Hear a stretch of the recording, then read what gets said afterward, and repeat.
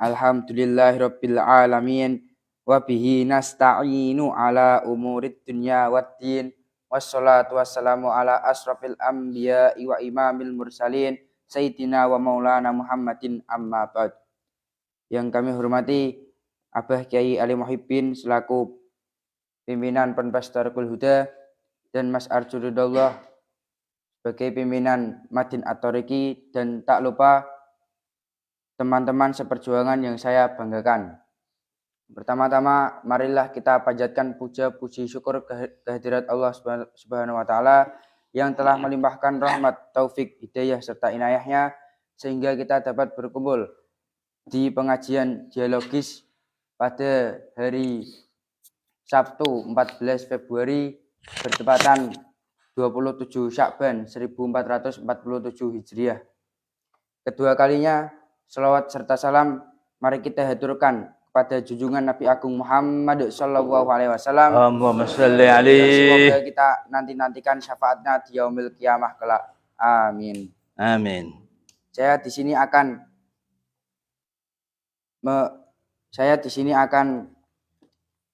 sebagai pembawa acara akan menyampaikan susunan acara pada malam hari ini.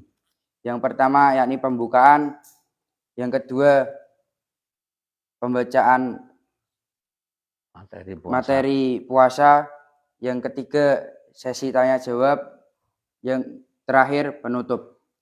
Mari kita buka acara pada malam hari ini dengan bacaan suratul Fatihah. Al-Hadiniyah Al-Fatihah. A'udzubillahi minasyaitonir rajim. Bismillahirrahmanirrahim.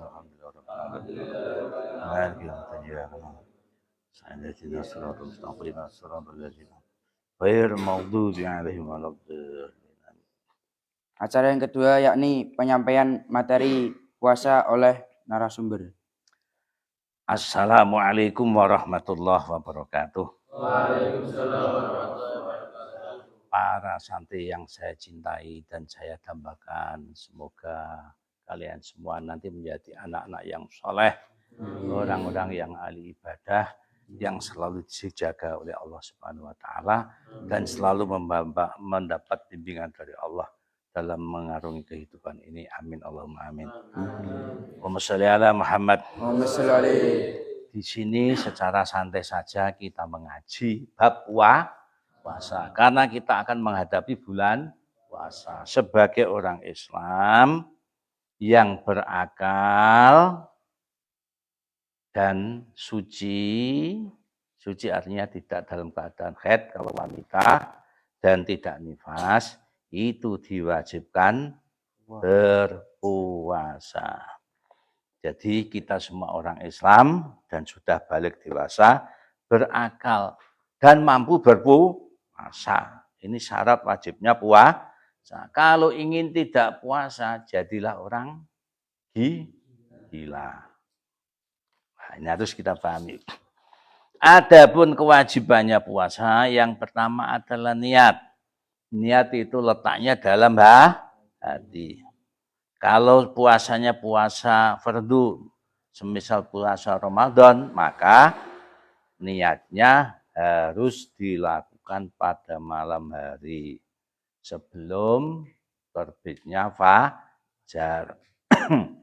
Misal puasa Ramadan. Kalau dilafatkan niatnya nawaitu shauma ghadin an adai fardhi syahri ramadhani hadisanati lillahi ta'ala. Itu harus ada niat dikerentekno dalam hati. Jadi tidak cukup diucapkan. Kalau tidak diucapkan hatinya niat sudah cukup. Tapi kalau dilafatkan tapi hatinya tidak niat puasa, itu namanya belum niat. Yang kedua yaitu harus menahan, tentunya puasa yang kedua menahan hal-hal yang membatalkan puasa seperti mengkonsumsi makanan, memasukkan makanan atau minuman meskipun sedikit dengan sengaja, itu membatalkan puasa. Kalau lupa tidak batal. Yang ketiga yaitu bersetubuh dengan sengaja. ini membatalkan puasa. Malah rada gawat iku urusane. Tidak hanya puasa, wajib bayar kafarat. Yang keempat, sengaja muntah. Muntah kok disengaja. Mungkin karena itu perutnya mual-mual atau gimana. Biar lega, tak logo-logoe ben mekok keluar muntah. Ini juga membatalkan puasa. Itu harus ditahan artinya. Ditahan bagi orang yang berpuasa. Yang membatalkan puasa, pokoknya apa saja yang masuk ke dalam tubuh kita lewat jalan yang nerus. Seperti apa itu? Telinga, seperti mulut, hidung. Lagi apa? Kemaluan. Nah, ini bisa membatalkan puasa. Selanjutnya yang membatalkan puasa lagi yaitu tadi sudah diterangkan bersetubuh dan selanjutnya yaitu sengaja mengeluarkan sperma. Jadi kalau orang puasa siang-siang jangan begini. Ya. Sampai keluar. Kok sampai keluar puasanya batal, mengeluarkan mani, istimna, bertindak bagaimana supaya kita merasakan kelezatan terus sampai keluar spermanya, bisa membatalkan puasa. Paham mboten? Paham ra yo? Ya. Terus bagi wanita yang di tengah hari dia terkena atau datang bulan haid, maka puasanya juga batal. Dan masuk wajib diqadha. Hal-hal yang membatalkan puasa lagi yaitu nifas juga membatalkan puasa atau gila membatalkan puasa, murtad membatalkan puasa. Ada seseorang yang sedang berpuasa terus dia gila. Terus puasanya batal atau murtad seketika puasanya batal. Jadi gila, murtad membatalkan puasa. Meskipun gilane sedelok 5 menit edan atau sejam, setelah itu sembuh lagi, puasanya batal. Berbeda kalau hanya ayan utawa mendem ini kalau tidak 1 hari penuh tidak sampai membatalkan puasa, bisa diteruskan. Hal-hal yang disunatkan ini secara garis besar saja. Hal-hal yang disunatkan di waktu puasa diantaranya ada takjilul fitri, gigi buka. Kalau sudah yakin terbenamnya matahari. Yang kedua, mengakhirkan sahur. Jangan sampai terjadi sahur sampai waktu yang kemepetan menjadikan orang ragu. Ya kira-kira jam 3 gitu. Jam 3 yo sithik. Aja nganti kemepetan. Terus bagi orang yang berpuasa supaya atau dianjurkan meninggalkan perkataan yang buruk, perkataan kotor. Ini harus ditinggalkan untuk puasa. Orang yang berpuasa harus menjaga lisannya dari perkataan bohong atau ghibah atau lainnya seperti menghujat, misoi dan lain sebagainya. Kalau pas sedang kamu berpuasa, terus ada orang yang mengajak piso-pisoan, ojo diladeni, tanamkanlah kerentekno ning gone atimu. Inni shaimun, saya ini berpuasa. Kalau berpuasa harus berkata yang baik. Adapun hari-hari yang diharapkan puasa juga ada. Jadi ojo ngantek wong ku error, gitu ora? Nek dikon poso malah ora poso. Bareng ana dina sing dilarang poso malah jenengane apa iku? Error. Contohnya hari-hari yang tidak boleh berpuasa. 2 hari raya Idul Fitri maupun Idul Adha. Itu haram berpuasa. Terus hari Tasyrik. Tanggal berapa? 11, 12, 13. Itu haram berpuasa. Itu apa itu? Yang saya sampaikan. Terus bagi orang yang berpuasa dan di tengah hari dia bersetubuh dengan sengaja lah, maka wajib qadha dan juga wajib membayar kafarat. Kafaratnya apa? Yang pertama memerdekakan budak yang iman. Yang kedua, kalau tidak menemukan budak yang beriman, sekarang tidak ada budak, maka dia wajib berpuasa 2 bulan berturut-turut. Kalau tidak mampu, diganti memberi makan 60 orang miskin. Setiap miskin yaitu satu. Begitu mungkin yang saya sampaikan. Semoga secara garis besar, semoga bisa bermanfaat bagi kita semua. Cukup sekian. Itu sekian, itu dari penyampaian dari materi puasa Ramadan, dan melanjut acara yang ketiga yakni sesi tanya jawab. Saya buka 2 penanya. Siapa yang mau menanya?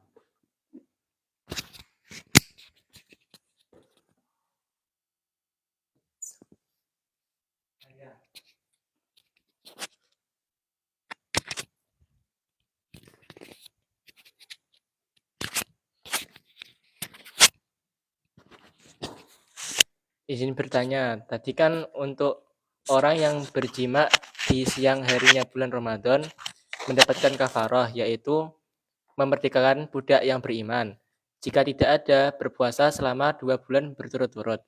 Dan masih jika tidak kuat, itu diharuskan untuk memberi makan orang miskin selama 60 hari. Dan jika dia masih tidak bisa melakukannya, itu harus bagaimana? Terima kasih. Ya.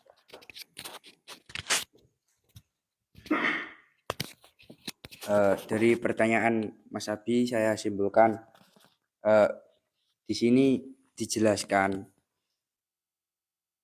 kafaratnya orang yang puasa itu yang pertama memerdekakan budak. Jika tidak menemukan budak pada zaman sekarang, itu gantinya yaitu puasa 2 bulan berturut-turut. Ketika tidak mampu, maka memberi makan 60 orang miskin. Nah, kalau masih tidak mampu itu harus bagaimana? Ya, itu memang salah satu kewajiban membayar kafarat bagi orang yang melanggar apa itu puasa dengan melakukan bersetubuh.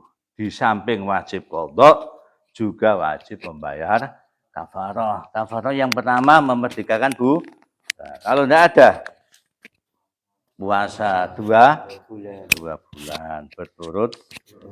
Nek tidak mampu gimana? Ya memberi makan orang miskin, 60 orang miskin. Kalau memang tidak mampu puasa. Terus yang ditanyakan, kalau masih tidak mampu memberi makan, ya berarti dia punya tanggungan, tetap membayar kafarat, memberikan 60 itu masih ada pada tanggungannya. Nanti suatu saat kalau tidak mampu, kalau sudah mampu bisa dibayarkan. Tetap masih ada tanggungannya. Kalau sampai meninggal tidak mampu, urusan Gusti Allah kan kok. Kira? Wong jima iso kok bayar tak iso. Paham ya? 60 orang miskin, 1 orang 6 on. 6 on peng 10 piro? 6 kilo, ya? 6 kilo ya? 10. 6 kilo peng 6 piro? 36. Orang ono setengah kintal. Kita mboten. Rata-rata orang itu mampu. Kalau tidak mampu gimana? Nggak mampu kok malah melanggar itu. Ya tetap ada pada tanggungannya. Suatu saat kapan-kapan ia mampu, tetap wajib bayar kafah. Bukan saat itu tidak mampu terus sudah enggak. Tetap masih ada di dalam tanggungannya. Yaitu suatu saat dia kok mampu membayar, maka wajib dibayarkan. Bisa dipahami ya? Jadi jawabannya orang itu masih mempunyai tanggungan kafarat, yakni memberi makan 60 orang miskin sampai semampunya. Orang itu bisa membayar. Itu ya. Sudah menjawab? Lanjut. Apakah ada yang bertanya lagi?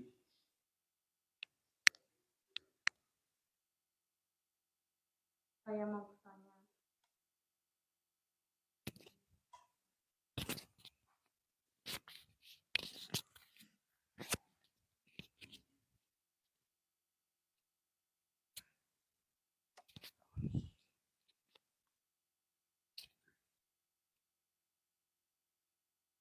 Di sini dijelaskan sunnah puasa yaitu berhenti melakukan hal-hal yang buruk. Tapi jika tetap dilakukan, apakah hukum puasanya?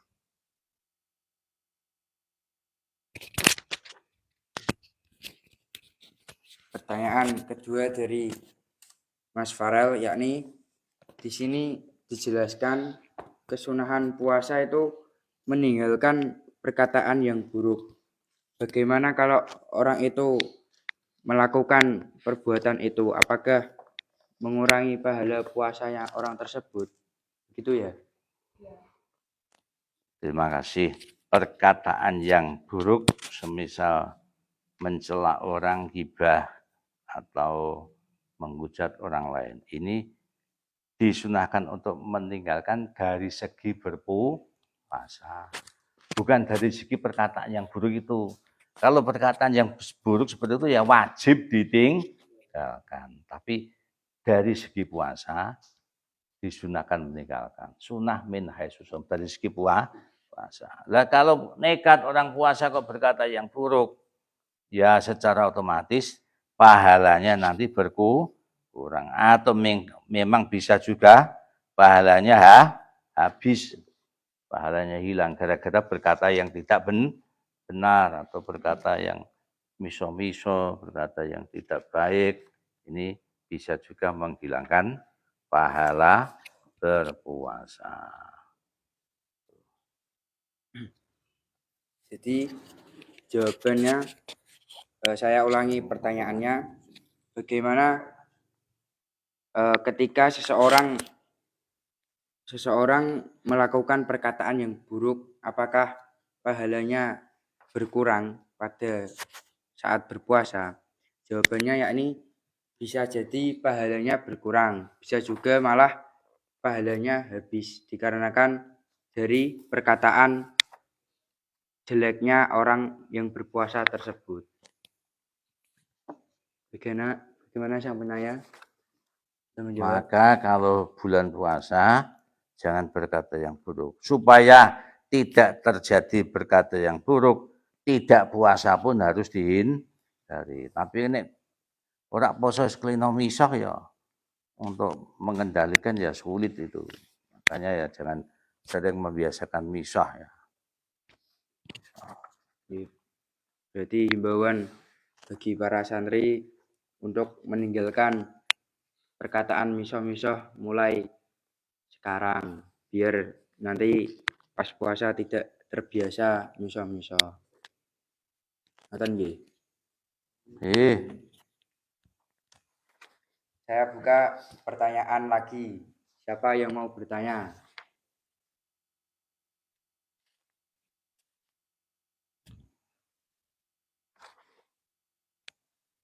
Ayo yang mau bertanya.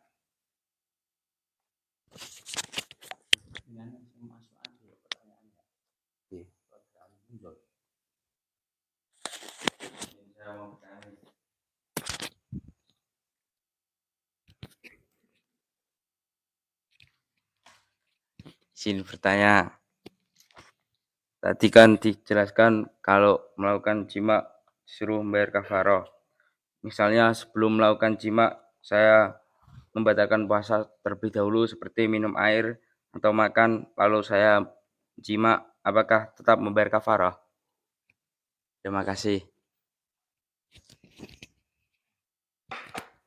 Pertanyaan ketiga dari Mas Hilal, yakni di sini dijelaskan ketika ada orang jima itu wajib mengkodok dan membayar kafarat.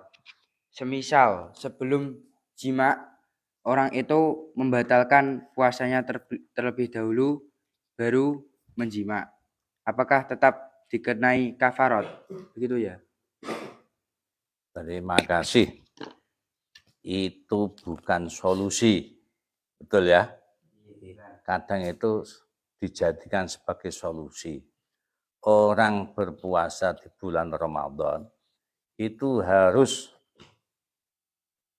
meninggalkan hal-hal yang bisa membatalkan puasa. Wes saiki ben ora kafarat aku tak jimase.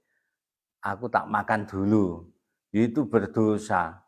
Meninggalkan puasa hukumnya berdosa. Mangan niku dosa. Paham ta ora? Kowe nek wis mangan lagi bersetu dosa neh. Wis mangan batal ku wajib imsak. Jadi bersetubuh dosa neh.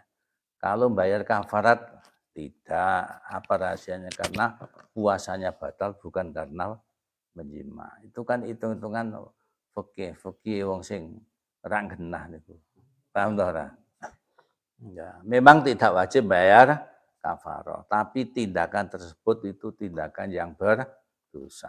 Orang pas bulan Ramadan tidak ada uzur apa-apa terus makan, hukumnya haram, posone ya batal, hukume nek wis mangan apa engko kena mangan terus ngono, wis kadung batal. Tetap wajib imsak, menahan hal-hal yang meskipun puasa tidak sah, wajib imsak. Terus kue mangan neh, ora kena neh, terkena dosa. Apa malih bersetubuh, ya dosa. Bersetubuhnya dosa. Maka itu jangan dijadikan solusi. Paham ta ora? Nggih. Lah lamun solusi biar tidak wajib kafarat. Lah wong trimo apa iku? Loro ora wajib kafarat ngantek beda wangi blusuk nang neraka nilai dosa. Wah, itu yang tidak benar. Kalau ngaji yang hati-hati ya. Ya, itu bukan solusi. Bukan solusi itu tetap perbuatan yang lah seharusnya bagaimana itu kalau orang puasa? Ya jangan makan, jangan bersetubuh. Titik itu. Paham ora? Jadi pertanyaannya, ada orang sebelum jima itu membatalkan puasanya terlebih dahulu. Jawabannya tidak wajib membayar kafarat ya Mas. Tetapi ini bukan solusi. Tapi tindakan tersebut itu malah membuat orang itu mendapat dosa. Dosanya makan, membatalkan puasa. Dosanya membatalkan puasa berupa makan dan dosa jima ketika di bulan Ramadan. Mestinya dia itu harus Imsak. imsak, menahan seperti itu. Ngoten Mas. Saya buka pertanyaan lagi. Siapa yang mau bertanya?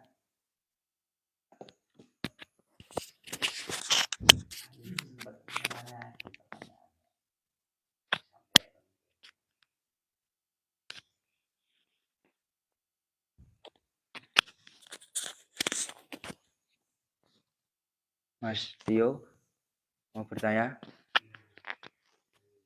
Sudah cukup ya? Saya bukan sekian. Assalamualaikum warahmatullahi wabarakatuh. Sekiranya tidak ada yang bertanya lagi, kita memasuki acara yang keempat, yakni penutup. Saya sebagai pembawa acara, apabila ada salah kata atau yang tidak berkenan di hati para santri, saya meminta maaf sebesar-besarnya. Wabillahi taufik wal hidayah. Wassalamualaikum warahmatullahi wabarakatuh. Waalaikumsalam warahmatullahi wabarakatuh.